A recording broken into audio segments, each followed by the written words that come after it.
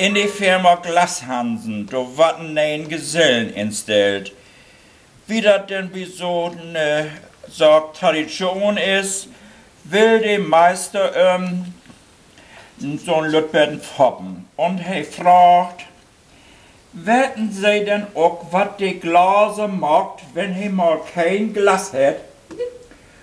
Ja klar, Meister, dann bestellt er neues und versucht in der Zwischenzeit was anderes zu machen. Das Kopf, lacht der Meister. Wenn die Glaser kein Glas hat, dann suppt er und Buddel. Ja.